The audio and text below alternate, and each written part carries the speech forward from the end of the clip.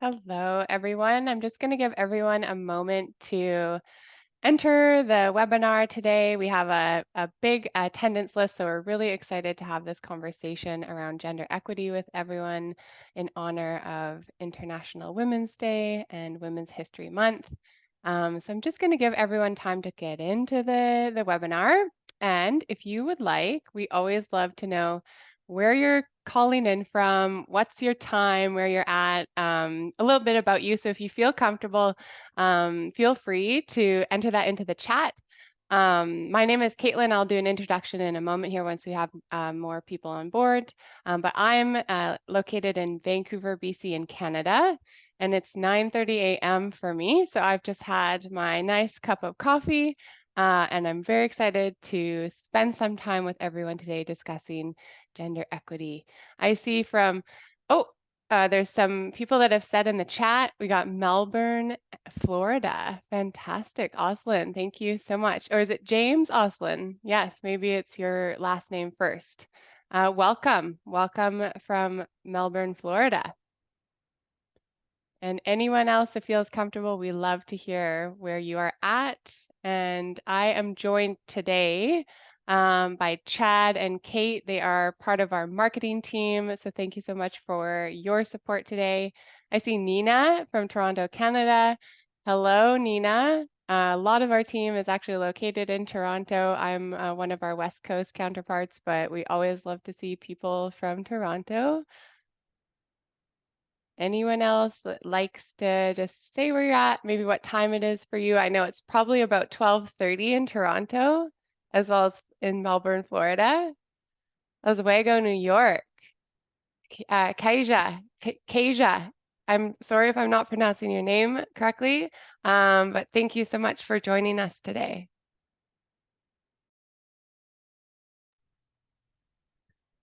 Wonderful. So we will give a couple more minutes here. I'll just give 3 to 4 minutes for everyone to get into the conversation. I see Joy from London, England, and it's dinner time, so 5:30 p.m. End of day for you, Joy. So I'm just getting going. We have also team in London and England, and as I start my day, they end their day. So it's always neat to see different time zones and how we can work across the world with different people. Really, that's the beauty of this virtual world that we have, this technology world that we have, this ability to connect all over the world. Wonderful. So I'll just give a couple more minutes here and then we'll get going. We've got lots of great content to go through today. And of course, as always, we love to hear from you. We will have time at the end of the conversation and presentation today to go through a Q&A. And throughout the presentation, if you've got a question that the content is brought up for you, feel free to put it in the chat. And Kate will be storing those questions and I will address them at the end of the conversation.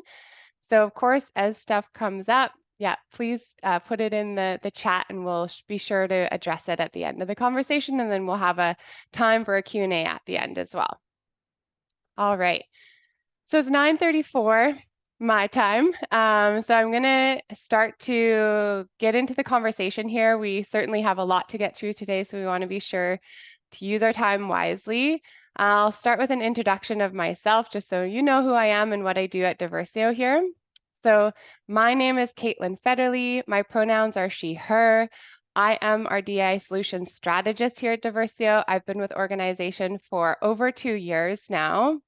And I get the pleasure of really helping organizations and clients before they become clients really understand what solutions will help get them to that next stage of maturity in their EDI programming. So I spend my day discussing EDI strategies with companies all over the world and DI teams all over the world, which I feel very grateful to do. Just a note on this presentation topic today. This presentation will focus on gender equality for women in honor of International Women's Day and Women's History Month. And we believe in giving these topics the time and nuance that they deserve, really to be fully discussed. Another conversation and session will be needed to explore gender equity for other gender minorities. However, much of what you learned today will be transferable. So, in honor of International Women's Day, this is why we are having this presentation, and of course, Women's History Month.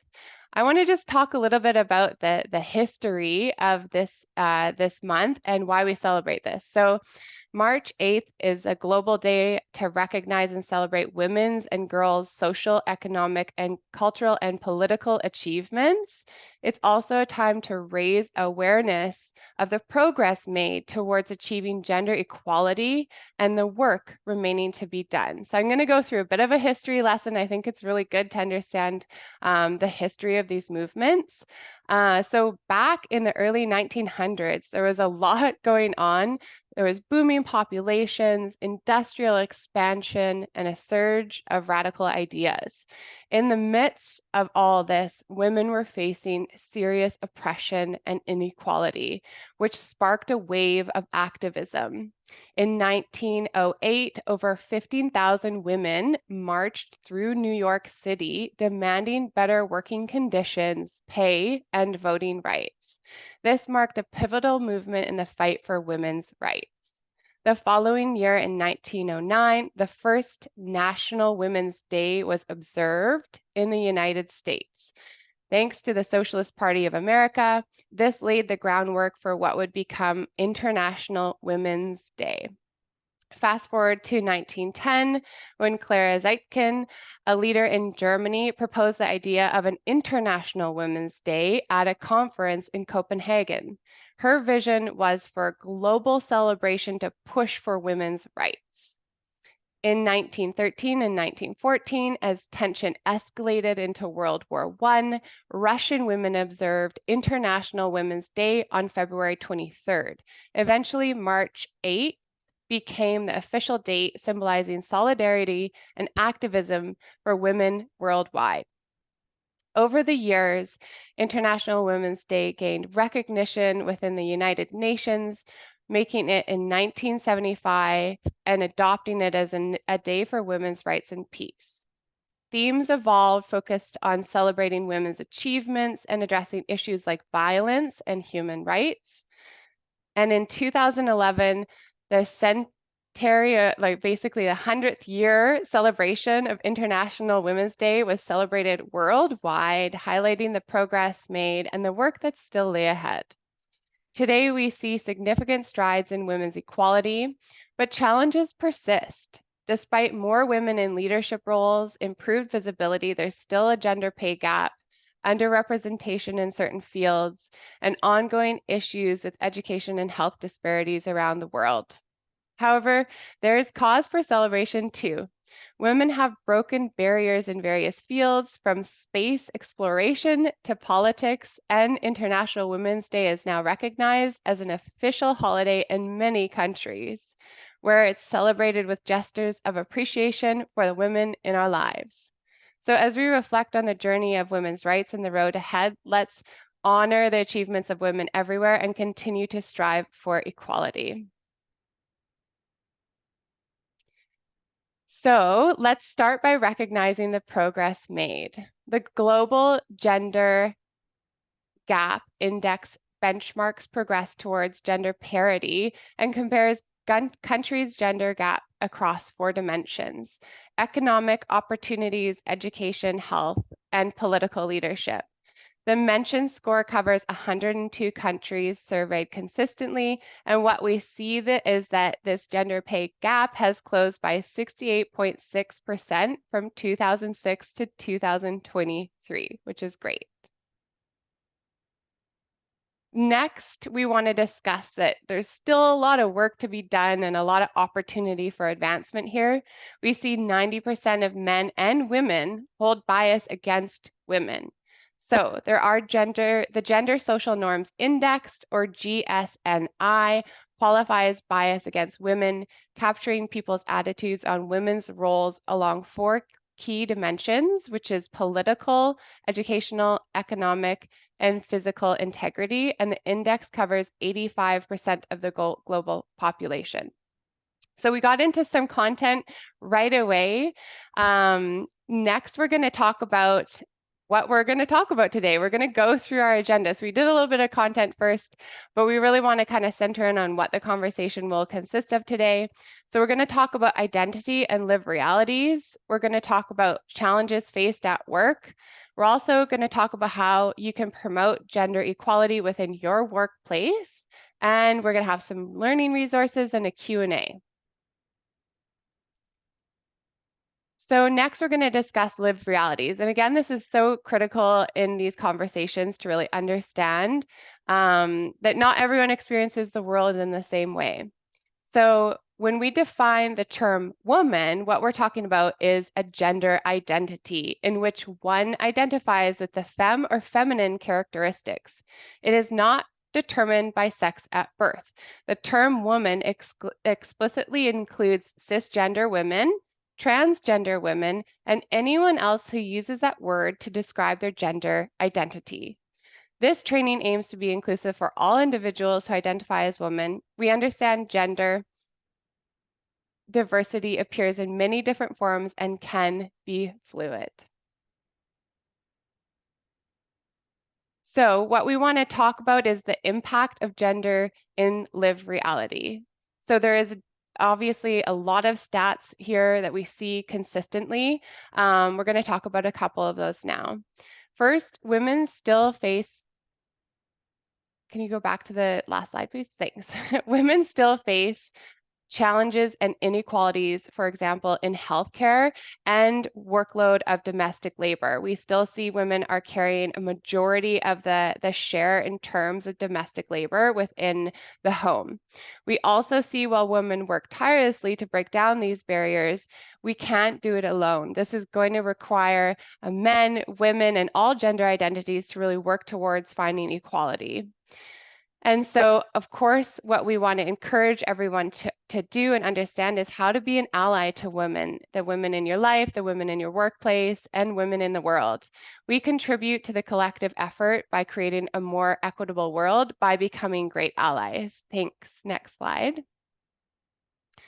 So I'm going to talk about a couple stats here. Sometimes I like to call out trigger warnings with these stats because they can be a bit upsetting to see. But what we see in healthcare consistently, study over study, is that there is a consistent prolonged diagnosis for women in many different areas, and especially around pain, hormonal health, et cetera, but this stat is about cancer diagnosis. So on average, women receive critical diagnosis for cancer 2.5 years after men, and diagnosis for metabolic diseases 4.5 years after later. So that could be anything like diabetes or having thyroid issues. Women are diagnosed later for many diseases, including heart disease, because the diagnostic tests are based on male symptom presentation, which actually shows up a lot in medical studies. And heart disease is a leading cause for women's deaths. So clearly there needs to be more research done, more studies done, and investment in women's health specifically. We have, a very complex hormonal system here. And so of course that can cause a lot more complexity when doing medical studies, which is why for women's health, it needs to be focused on women in that study. Next slide, please. Thank you. Domestic labor. So this comes up very often when we talk about equality and equity. If we don't have this in our home, it's very challenging for us to have it in the workplace, meaning if a woman is doing on average one extra or one additional day of labor in the house, such as childcare, caregiver, et cetera, this can cause, of course, an inequality in the workplace and in the home. And so women perform 3 out of 4 hours of unpaid labor globally, including spending nearly twice as much time as men on caring for household members. This leads to burnout in women, with 40% considering leading the workforce. And actually, we really saw this happen over COVID. A lot of the jobs lost were women's jobs lost, whether that was them leaving the workplace because they needed to then take care of the family at home, et cetera. So this is certainly something that we still see women facing today. And then we also see challenges that are faced at work. So we're going to discuss a couple of those next. Thank you. What we have here is our inclusion metrics. So we always love, diversity. We love to add data. We do large studies and organizations, and we help them understand how inclusive they are for all of their, different identity profiles within the organization. And so we love to bring in our inclusion metrics and some data that we have into these conversations because, of course, we see how we can progress when we add data to the conversation here. So just to refresh or introduce everyone to our inclusion metrics, here they are. We look at recruiting and hiring, and that pertains to accessible and fair hiring practices, resulting in a talent pipeline that reflects the diversity of the communities the company operates within. Next, we look at fair management. This looks at fair, objective, and free from unconscious bias feedback for all employees and that they have equal opportunities to advance within their organization. Inclusive culture looks at the openness of team environments to diverse opinions, perspectives, without feeling judged and feeling valued and heard, really. Workplace safety is that the workplace is free from mental, physical, or sexual harassment. Workplace flexibility is a workplace that does not inadvertently exclude diverse employees through rigid protocols. And career development is a culture of mentorship, sponsorship that is open to all employees, not just the dominant group or the group that is most similar to leadership. So those are inclusion metrics. We're going to go through some examples here of how this plays out in the workplace for women. Okay, so it's really important to talk about some stereotypes when we're having these discussions and some facts that kind of dispel those stereotypes that we may have. So we're looking at workplace safety for this first stereotype, and the stereotype is women are emotional and irrational. The facts are that a study tracking men and women for 75 days showed men's emotions fluctuate just as much as women's. And this is one of many studies that is showing this. We're all emotional beings. We all have the same emotions. And so it's really good to start to see studies come out that kind of dispel these long-standing stereotypes that we have. The metric in terms of inclusion metric is career development. The stereotype is women do not make good leaders. Now, the facts are in, and they are confirming that women are rated more positively on 13 of the 19 competencies in a study that had assessed overall leadership effectiveness. Again, this is one of many studies that we're seeing that women are very effective leaders, and that, of course, it's good to have a balance, a gender balance in your leadership, because then you, of course, have the diversity of thought and different perspectives coming into play. I always like to say we think better together, and this really kind of confirms that we have, women and men both have strong suits in terms of leadership, and it's really good for all of us to understand what those are and ensure that our leadership teams are reflective, A, of our communities, and B, that they have that opportunity to have all perspectives heard. Next is inclusive culture. And the stereotype is that women are not as competent as men. So we see this is not the case, study over study, data over data. One example here is firms with female CFOs are more profitable and generate excess profits of 1.8 trillion globally. So that's S&P Global 2019, one of many studies that show that, women and men have the same competency levels. All right, perfect. Next slide. Okay, so the reframing, workplace safety. Both logic and emotions are important in decision making, and women are just as capable as men of making rational decisions. Promoting psychological safety in the workplace is essential for this. Career development, recognizing and valuing diverse leadership styles regardless of gender is crucial to promoting an inclusive and equitable workplace culture.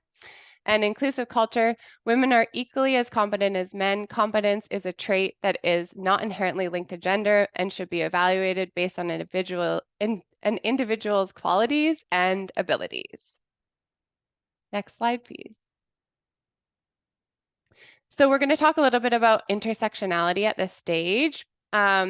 If you're not familiar with this concept, it's a really important concept when we're looking at diversity, equity, and inclusion work, because we really need to understand, again, that different identities layer to a specific experience. So intersectionality brings our understanding of systemic injustice and social inequality to the next level by attempting to untangle the lines that create the complex web of inequalities. It's also a practical tool that can be used to tackle intersectional discrimination through policies and laws. For example, tackling the gender pay gap alone without including dimensions such as race, socioeconomic status, and immigration status will likely reinforce inequalities amongst women. And so it's really important to use an intersectional approach. And we see this time and time again. Currently in the United States, Black women are the most educated, and still there is a large pay gap even between them and white women. And so we really need to consider this when we're looking at creating pay equity and gender equity within our workplace. Next slide, please. So right now we're going to be looking at some of Diversio's data. So Chad, feel free to put the data up on the page there. And we're going to discuss this because I think that this really clearly shows the differences in experience of the workplace that we have. So the first question asked is, my team values my input.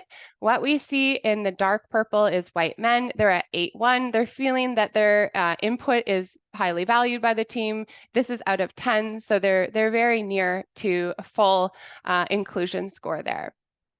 We see racial minorities are at a 6.5, so this is all gender but racial minorities within the organization. So they're much less than white men. We see women in general, so all women within the organization are at a 7.1, but when we look at Black women in this organization, we can see that they are the lowest. So as we've added that intersectionality of race and gender, we see a big effect. And so, of course, there needs to be specific attention put towards this to mitigate this in your organization. Next data set there, Chad, thank you. And one more. Yeah, perfect, thanks. So I feel safe at work. This is the question that was asked. White men, they're at 7.7, and so they're feeling quite safe at work. We see racial and ethnic minorities are 6.9, so just slightly under that of white men. We see women in general are 6.4, so again, almost on par with racial and ethnic minorities. But when we add that intersectionality layer of woman and Black, we see a 2.3. And so clearly these individuals are experiencing workplace safety in a completely different way than other individuals. So this needs to be addressed. This needs to be specifically looked at with programming, training, and policy in the organization in terms of DEI to help alleviate and bring up that group and address discrimination, harassment, whatever they're facing in that organization that's causing them to feel unsafe needs to be addressed. Next data set, please. Thank you. So the next question was, my managers are fair when providing me with feedback. So this is fair management. And we see white men, they're at 7.5. They're feeling that it's fairly fair. Racial and ethnic minorities are 6.1. Women in general are 6.5. So we see women in general are above racial and ethnic minorities here. And we see the same trend again.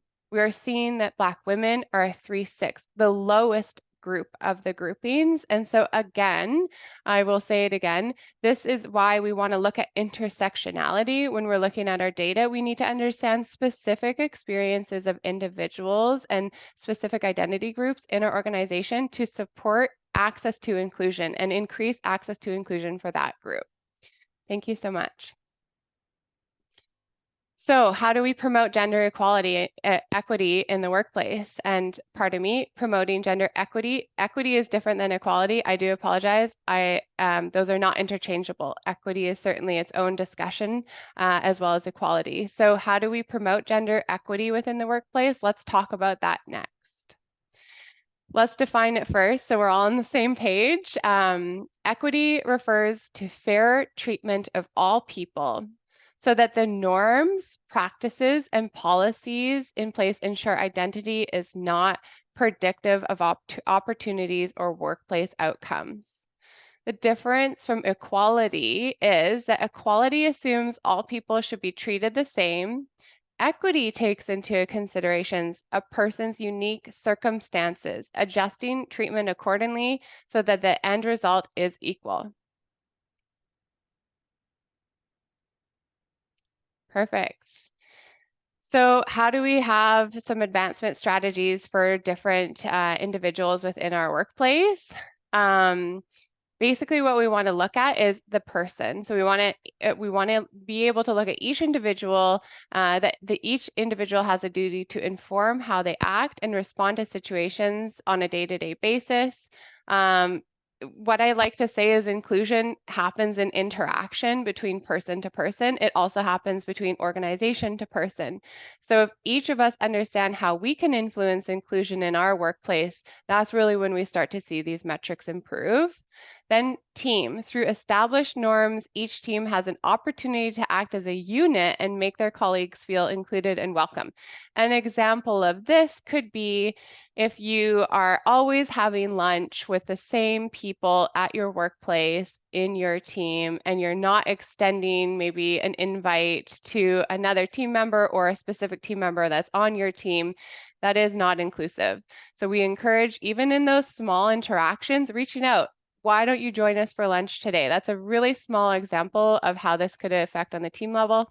More work-related example would be you're in a meeting, everyone has had time to share and discuss and collaborate. However, you've noticed one of your colleagues has not said anything, extending the invitation for their opinion to be brought into the table. Hey, I haven't heard from you today. I'm eager to hear your thoughts on this. If you have anything to add, can be a really nice way to invite that individual into the conversation. And that's what that looks like on a personal and team level. And then organizational. As an organization, the company has a duty to implement policy, dedicate resources, and support procedural changes, as well as training and education towards equity. So that's on the organizational level. So what we really need to see in order for this to happen in an organization is allyship. So people with just one ally in their workplace are twice as likely to feel they belong in the organization. So like I said, that personal layer just takes you as an individual inviting those people into the conversation, reaching out, being inclusive on that personal level. To be an ally, you really want to understand the lived reality and history of that specific group. If it's different to you, you want to do your own research on them to really understand some of the challenges that that group is facing so that you are coming at the relationship with empathy and understanding for their specific experience. So personal inclusive practices, I've kind of been layering them in here, but let's dedicate a slide to this. So let's first start with identifying personal bias. We all have this. It's just part of being human. We build bias in our minds, and this is something that we need to become aware of, and so that we can actually go, oh, wow, let's think another way. So first, you want to take an implicit a bias test to identify any biases that you may have. And then you want to work to address them through ongoing self-reflection and education.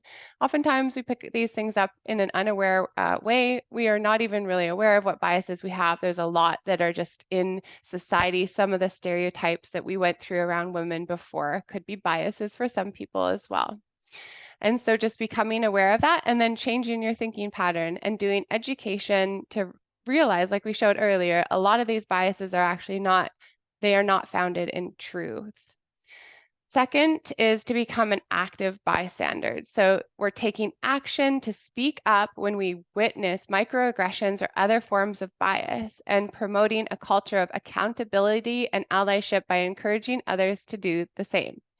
So a lot of listening sessions that we'll have in organizations, what allyship, when we ask, what does it feel like? Or do you have an example of allyship in your workforce? Or have you experienced allyship? Time and time, I've heard this reflected. When someone in the moment says, hey, that wasn't appropriate to say, that's what makes me feel like I've got an ally. You know, they've just taken themselves and maybe made a call out to an inappropriate comment or something like that. And wow, I really feel supported by that person now and understood. So that is a really kind of confirms that this certainly is something that really makes individuals feel that they have an ally in the workplace. And then the next is to sponsor your woman colleague. So a sponsor is not to be confused with a mentor. It's actually very active. Sponsors are inherently public in nature, and they're going to put their name next to your performance. And so they'll vouch for you. They will say, I know that Kate's been doing an incredible job with her marketing. It would be really neat to see her advance at this organization. I really see the hard work and effort that she's putting in. It's getting really great results. So that is what a sponsor looks like. They're almost like a raving fan of that individual, really promoting them within the workplace. And so also opening up to networks and introducing to people as part of that. And it's true, Kate. It's definitely true. So we're just commenting back and forth, me and Kate, in the chat. Okay, so sponsor your women colleagues. We've got some examples here. First, mentor, provide advice, support, or coaching. Then you want to strategize, share the inside scoop on advancement, strategize getting ahead. So that maybe this is how this has worked for me, maybe this could work for you, or have you thought of this? Create opportunities, provide a high visibility and opportunity, introducing into people, into conversations. Some examples of working with organizations internally that come to mind is when someone from the dominant group, so for Diversio, the dominant group is the most common demographic characteristic seen at leadership. Someone extends an invite into a meeting for a non-dominant group, like a woman, even when they're not invited, with a high potential partner. Let's bring you into this meeting. Or when they ask opinions, hey, you know, this is a project we're working on right now, and I really want to hear your opinion on this piece of this. How could we do this better? This type of reaching out and asking about opportunities or introducing into new opportunities for individuals is really effective. Then connecting, introduce them to people in your network, highlight their strengths with your peers. So becoming that, like I said, that fan, that promoter, that sponsor of that individual and their skill sets, and advocating for them last. So publicly advocate for a promotion, especially in settings where they can't advocate for themselves. So this is how individuals that are in the dominant group and do have more power in the organization help share that power with other non-dominant groups. And I see Frederica has raised your hand. So Frederica, we absolutely are going to do a Q&A, but if you want to put your question in the chat or hold your question till the Q&A, we're going to have some time to address it at the end of the presentation. Okay, great. Next slide. So how can teams outside of HR make a difference? So relationships with management account for 98% of 86% of employee satisfaction. And so we really see the more management is able to really cultivate relationships in the organization, the more satisfaction those employees are going to have, the more really attachment with the organization as a whole will happen. And so really being able to cultivate those relationships is part of a really key part of being an effective manager in an organization. Okay, so we're going to talk about inclusive team practices next. First, we want to offer flexibility in work schedules. This is key for minority groups. So when the team can explore flexible work arrangements that will allow employees to better balance their workload through flex time, core hours, or remote work, we really see an ability for women and other minority groups to be able to stay within the workforce, but not only that, advance their careers as well. The second point is bias disruptors. So a technique where individuals raise a purple flag when they witness bias, encouraging open dialogue and creating a culture of accountability. So you can use this purple flag for many different things. We use this here at our organization, and it's just simply purple flag. Let's have a conversation about maybe what you're saying or the way you're thinking. Let's bring some other opinions or perspectives in and around that thought. And let's discuss it in an open and honest way. By no means to call people out, but this is just to help each other learn, really, learn how to be safer people to interact with at work. The third point here is implementing a champion at work. So your team can also implement a sponsorship program to support the career development of colleagues. This can include actively advocating for them, connecting them with mentors, and providing resources and opportunities for them to grow their skills and experience by sponsoring colleagues and your team to help level the playing field and promote diversity and inclusion within your organization. So always creating that opportunity to bring people in and really start to support them in building those connections in the organization that help foster their career growth and their career there long term, as well as their feeling of inclusion.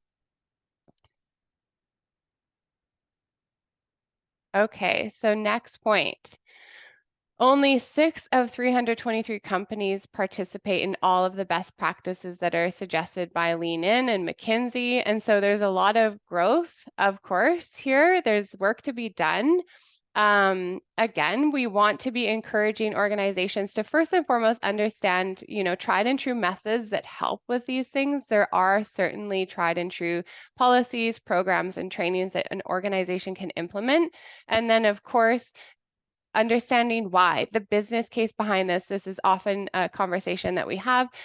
Leadership getting on board with why they want to invest in creating gender equity within their organization, the importance to the organization, and some of the really beneficial outcomes of doing that and investing in that.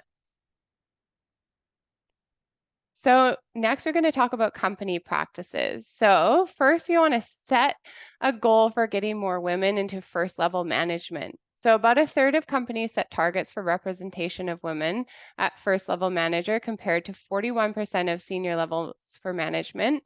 And so it's certainly important for companies to understand what their, demographic profiles are in terms of leadership. And then with this, it's of course about looking at how you can promote and sponsor individuals within the workplace, looking at inclusive recruiting and hiring practices. So ensuring that, before you go to interviews, you have a balanced, a balanced applicant slate. So you're looking at an equal male to female ratio in terms of your application. So then when you get to interviews, you actually have an opportunity to have that kind of balanced slate of individuals applying in for the role. And so, of course, these things are really complex, and understanding first and foremost where you're at and what your demographic profile looks like in terms of your management levels is that first step. Number two is putting promotion and interview evaluators in training. So 50% of employees receive unconscious bias training in the past year in companies with smaller gender disparities in representation. Contrarily, only 25% of employees did in companies making little progress in closing the gap. So it's really great to see that, companies are starting with unconscious bias training and that they are training certain employee groups. But what we see really effectively work effectively is when an organization trains managers and employees in this. So everyone is at the same level of knowledge and can participate in the program and can also participate in improving the organization. The third point is offer comprehensive parental leave options. This is so key for gender equity at work. So parental leave promotes gender equality. Parents taking it are, yes, so parents, it should be parental leave. It should certainly be for both mothers and fathers and any other people that are having children, adoptive parents as well. It's really good to include in there. And then, of course, leading to equitable sharing of household and child care responsibilities. So in the kind of beginning of this presentation, we did talk about domestic duties and how those are not balanced. So of course, we can create these fair policies at work, and we also need to bring this home. We need to look at how the care is being distributed at home, and that's on that personal level. The organization can't do that, but each of us can partake in that. And then this will reduce the burden on working parents, enabling them to focus on their careers. Next slide, please. So benefits of parental leave. So combats the caregiver penalty. So we certainly do see caregiver penalties still. This can happen in women really not being able to recoup the earning potential that they had prior to going on parental leave, whereas men being able to certainly do that and even advance their careers and their earning potential if they do have a child. So we see some disparity there, certainly. We also see that it improves employee retention, productivity, and morale. We see the other parent is more likely to stay working and advancing their career while someone is at home caring for the child. Again, this creates a gender pay gap disparity. We also see that it shows a commitment to gender equality and employee well-being. So it's really great to have parental policies for individuals in the workplace and even, for adoptive parents. We really want to include those parents into your policies as well. Okay, so what areas? So we have just gone through a lot of information. We're kind of right on schedule here to have a couple minutes of a Q&A. I know there's been some conversations in the chat. So the first thing I'm going to do is actually open up the chat and take a look at it and just see what questions have come up in there and address those. And also we want to hear from you. So if you have more questions, there's a Q&A feature that you can ask questions in. You can put them in the chat and we will discuss those today right now and go through some of what we've heard today. So let's see here. Yes, Frederica, I know you had raised your hand. Would you love to ask your question now if you're still on with us? And Chad, do let me know if you have any questions as well that have come through. Okay, perfect. And I think we have about 3 minutes left on the clock, so certainly some time to ask questions if anything has come up for you today in the conversation. You can also give us feedback. Of course, we want to hear from you. How was the content today? Did you learn anything new? Was this kind of confirming of what you're already doing? We love to hear feedback from you on how the content's landed. And of course, if you have questions, oh yeah, of course, Chad, if you'd go through to the next slide, I believe.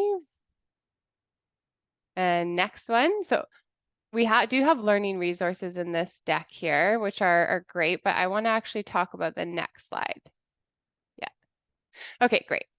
So to continue the conversation in more of a specific way, we have on March 11th another webinar. Courtney, our product manager, is going to be talking with Kelly Jameson, who's a career coach and recruiter for tech ladies. And so this is going to be a conversation around building inclusive tech teams. We certainly see in lots of industry there can be more disparity in terms of gender parity in the workplace, and technology companies are one of those companies that have a challenging time creating that gender parity. And so this is going to talk specifically about strategies for recruiting and retaining diverse talent in your tech organization. Oh, and it looks like there is a typo. The event is actually on March 13th. So in the chat, you will see, oh, thanks, Federica, for closing that loop. It's great to see you on the call. So it looks like if you go into the chat, there is details for the event. You can click on that and register for the next event. And Chad, if you'll just head back to the resources page, we'll just quickly talk about that. This recording and deck will be available as well. So if you want to go back and look at the resources, but Here is just some really great resources that we suggest to help start to understand women in the workplace a little bit better, and other minority genders as well. Why Gender Equality is Good for Everyone is a great talk by a sociologist, Michael Kimmel. Untamed, fantastic book by Glennon Doyle. You Should Have Asked by Emma, who is a comic. Fair Play, which is a Hulu documentary. For the Love of Men by Liz Plank. Really great book. Fantastic, actually, to understand really the reality of men better and some of the barriers that they face. So, really good book to read. Women in the Workplace, McKinsey and Lean and Company it looks like a video there. And then Be a Better Ally by Harvard Business Review. This is an article.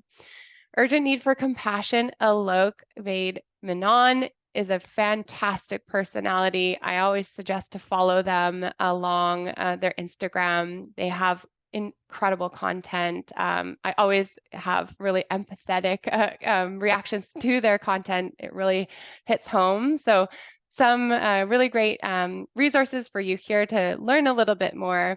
Yes, Man Enough podcast is fantastic. It's certainly on my podcast list.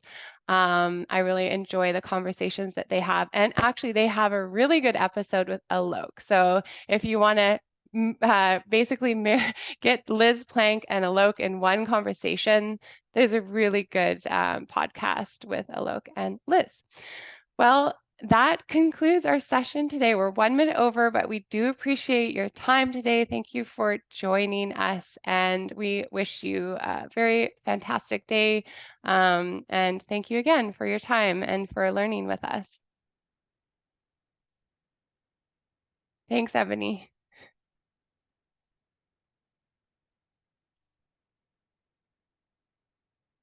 Perfect. Thanks, Frederica. Frederica, good to see you.